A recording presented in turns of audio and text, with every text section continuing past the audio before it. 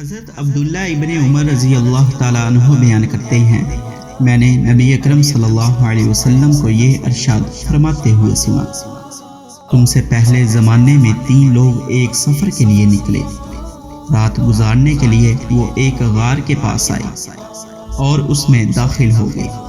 اس دوران پہاڑ کی چوٹی سے ایک بڑا پتھر گرا اور اس نے غار کے منہ کو بند کر دیا،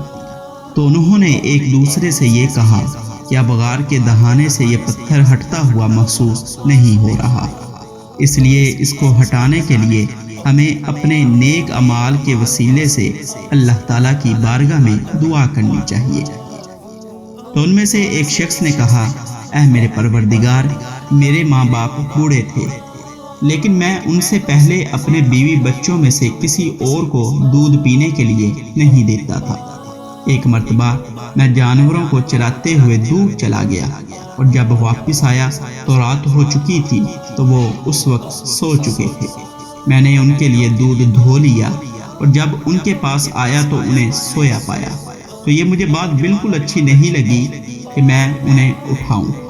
تو مجھے یہ اچھا نہیں لگا کہ میں ان سے پہلے اپنے اہل خانہ میں سے کسی اور کو دودھ پینے کے لیے دوں، تو میں ہاتھ میں دودھ کا برتن پکڑ کر ان کے بیدار ہونے کا انتظار کرتا رہا،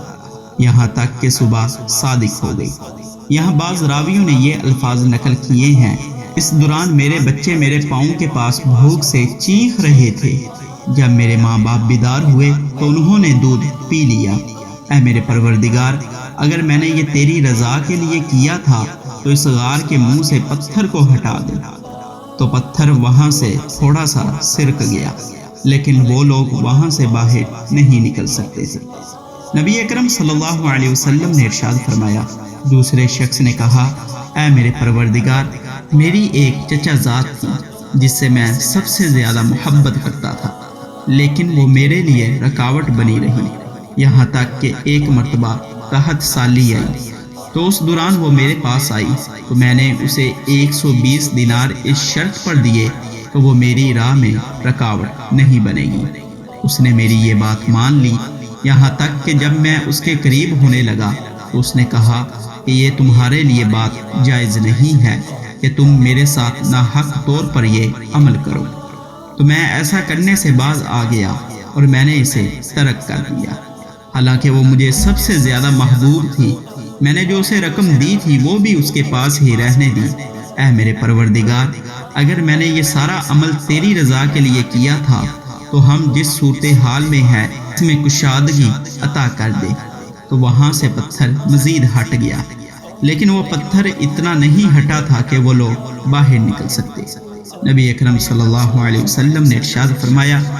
پھر تیسرے شخص نے دعا کرتے ہوئے کہا، اے میرے پروردگار، میں نے ایک مرتبہ کچھ لوگوں کو مزدور رکھا،